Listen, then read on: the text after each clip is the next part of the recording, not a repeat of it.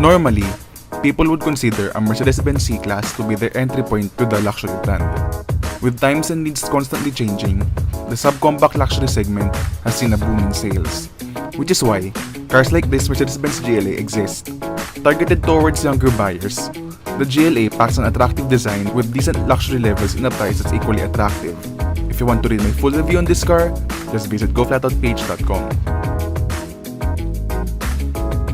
With massive 18-inch alloy wheels, LED headlights with LED daytime running lights, as well as LED taillights, this GLA 180 Urban looks far from being an entry-level luxury car.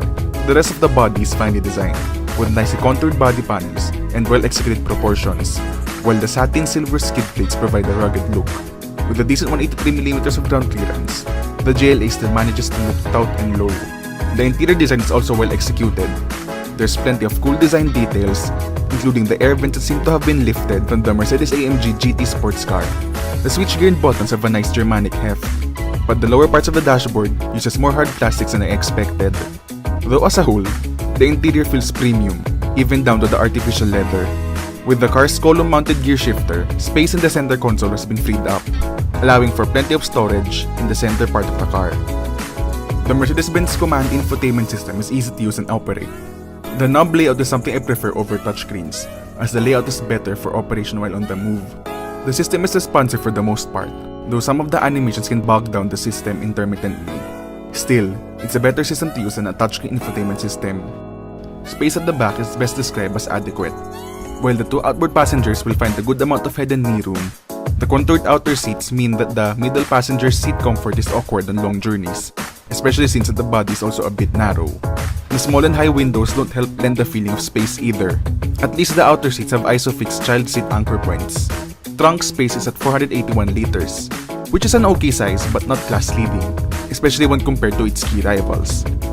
Once the seats are folded, space expands to 1,235 liters, which now puts it about par compared to its rivals. Powering this small SUV is a 1.6-liter turbocharged inline-4 petrol engine. It produces 120 horsepower and 200 Nm of torque, with power sent through a 7-speed dual-clutch transmission powering the front wheels. Having said all this, let's see how this translates on the road. The Mercedes-Benz GLA 180 is catered to people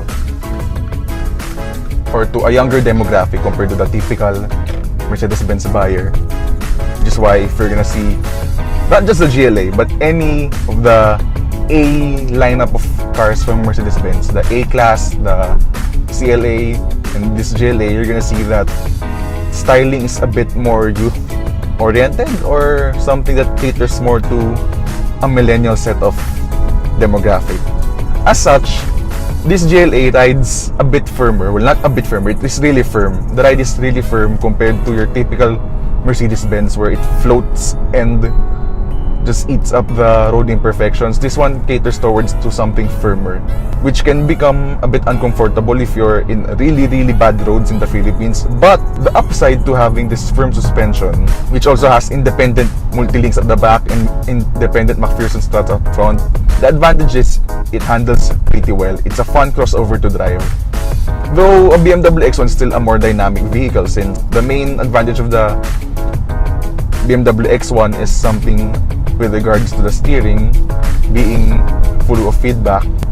The GLA's steering is a bit lacking in feel, but it makes up for it in how direct and how accurate and fast the steering is. As in, I just try to wiggle the wheel a bit right now, konting wiggle ko lang, it's changing directions immediately. It really just responds to all your inputs, the steering. Though, yun nga lang, lacks a bit of feel. It would be better sana if it had a bit more feedback like in the BMW X1. But, overall, dynamically, the GLA is very capable and it's pretty fun to drive. This GLA 180 is equipped with a 1.6-liter turbocharged 4-cylinder engine that produces 120 horsepower and 200 Nm of torque. While the horsepower sounds a bit low, actually mababa talaga, 122 horsepower or 120 horsepower rather pala, and 122 PS, it sounds similar to what you would find in a Honda City 1.5, but with 200 Nm of torque available from just around 1.5 or 1.6 RPM. I'll have to check the spec sheet for that. The car pulls really hard. Maganda ang hatak niya. it's a car that feels faster than what the spec sheet suggests because of the turbocharged engine. And the dual clutch also is somewhat pretty good. I'm gonna downshift a couple of times with the paddle shifters. It's a responsive gearbox. I'm having fun with the gearbox in manual mode actually. And the good thing about this 7-speed dual clutch is that it even rev matches, which is something that you would expect in a hot hatch, not in something like this. So as a whole, the GLA is not your typical Mercedes-Benz SUV, wherein it caters towards a younger demographic, it caters towards something that's focused more on sport rather than comfort. But has it done a good job attracting younger people? Well, the sales numbers do say so.